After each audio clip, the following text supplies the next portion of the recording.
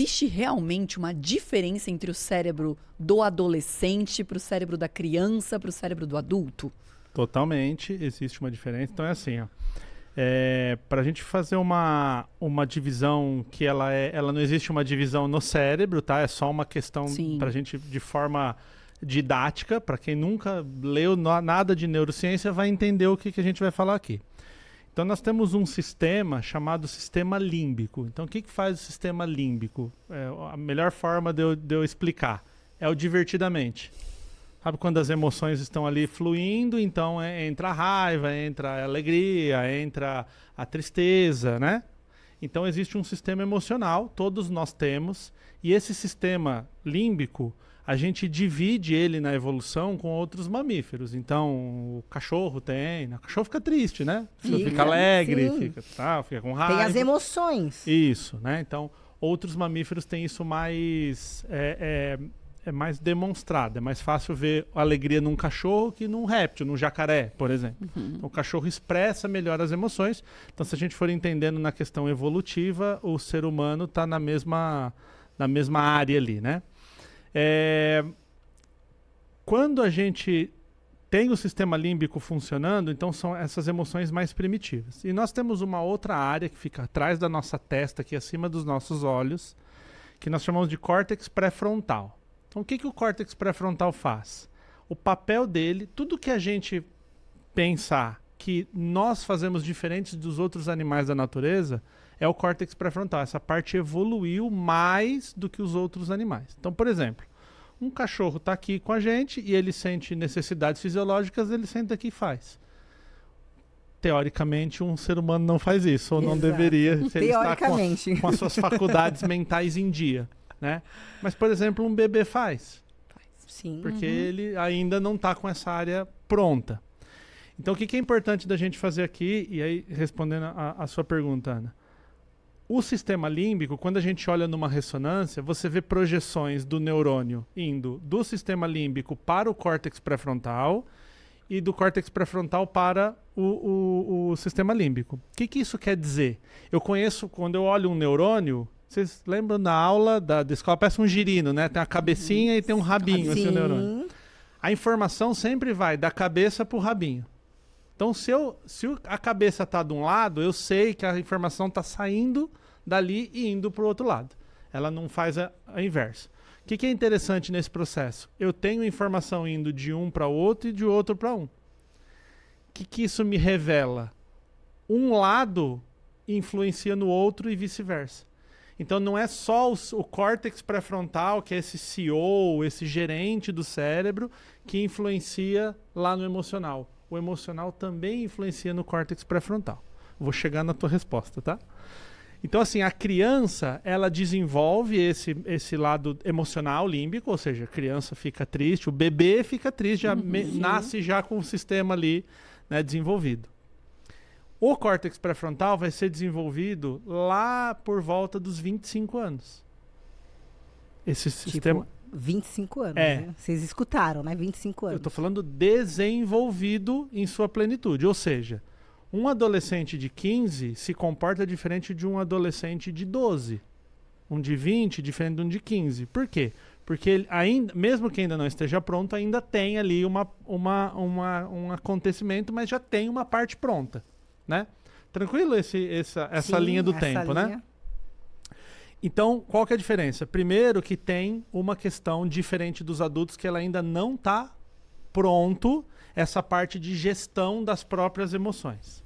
Que os adolescentes não escutam, a gente adulto também de vez em quando não consegue gerir as nossas emoções, mas é como se a gente tivesse mais ferramentas e mais possibilidades. A diferença para uma criança, a questão da puberdade e da reprodução. Então, o corpo de uma criança tem os órgãos, né? Meninos têm testículo, meninas têm ovário, criança. Só que ele não entra em funcionamento porque o cérebro bloqueia o sistema funcionar. Então, quando você pega, por exemplo, uma área chamada hipotálamo, ela segura, ela não deixa que aquele sistema entre em ação. Por quê?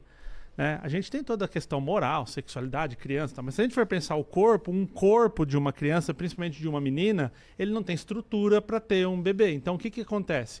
Ele precisa deixar que a menina chegue num determinado momento para ter a menarca, a primeira menstruação, para que ela possa ter um corpo pronto. Tanto que, por exemplo, meninas que têm mais gordura no corpo, que têm a taxa de gordura mais alta, normalmente menstruam antes. É um corpo já estruturado melhor. Meninas que fazem esportes de muita alta performance, ginástica, demoram mais para ter a menarca. Existem estudos que mostram assim, século XVI, as meninas tinham em média a menarca com 12, 13 anos. Por quê? As pessoas passavam fome, né? A própria nutrição melhorou ao longo dos anos e ela tem essa possibilidade. Então chega um momento que o sistema está lá pronto, mas ele não tem a ativação cerebral, né? E aí começa a trazer a nossa ideia de que o próprio desejo sexual, que é uma coisa muito ligada a corpo, acontece na verdade no cérebro. O cérebro decide o momento de ter o desejo e ter essa questão toda. Aí, esse cérebro, então, quando ele é criança, ele está preocupado com outras coisas, e quando ele é adulto, ele está preocupado com outras coisas, e quando ele está na adolescência, é esse preparo para entrar na fase adulta. Então, fisicamente, se a gente tirar uma ressonância magnética, uma foto do cérebro, o córtex pré-frontal é uma parte que você vai ver muita diferença do adulto para o adolescente, né? E da criança, porque o adolescente está com aquilo meio pronto. Só que a gente confunde, porque quando eu olho para um adolescente de 15 anos, eu vejo barba, eu vejo voz ficando mais grossa, eu vejo gogó, eu vejo seio, eu vejo menstruação. Então eu vejo alguém e falo assim, tá pronto.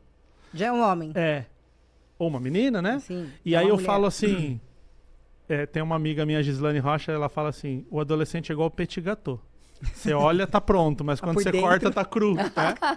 Adorei. Excelente exemplo. Então, o adolescente tem essa necessidade de aceitação, de ficar perto da mamãe, do papai, essa coisa ainda, mas ao mesmo tempo que está prestando atenção em questões reprodutivas, questões sociais, né?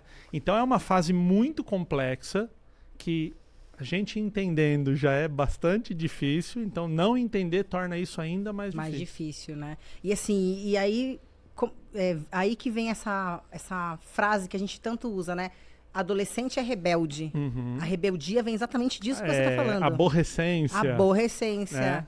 E eu sou assim, eu tô aqui para defender o adolescente. Sim, mas você tem que falar o que é verdade aqui também, né? Não aceitaremos aborrecência. Né? Essa coisa chata que é o adolescente. Gente, eu passei por isso, eu fui chata também. Então... Agora eu quero entender também a chatice. Você fez igual o Bebeto e o Romário. Você lançou para eu chegar. Lógico. Adolescente é ruim desde que o mundo existe. É isso. Então quando a gente fala assim... Todo mundo foi chato, tá? Todo mundo passou, ela passou, todo mundo passou. Então, quando eu tô lá numa reunião com os pais, eu tô falando com professores, e o povo tá lá descendo a lenha adolescente, eu falo, ainda bem que vocês, quando forem adolescentes, é tudo anjo. Então, os professores de vocês... Só que não. O pai... Vocês chegavam na escola, todo mundo em filinha indiana, faziam uma oração, prestavam atenção na aula. Jamais. Mas hoje o adolescente causa, né? Tem um texto que é bastante interessante, que diz assim, o jovem não respeita... autoridade. O jovem não segura os próprios impulsos sexuais.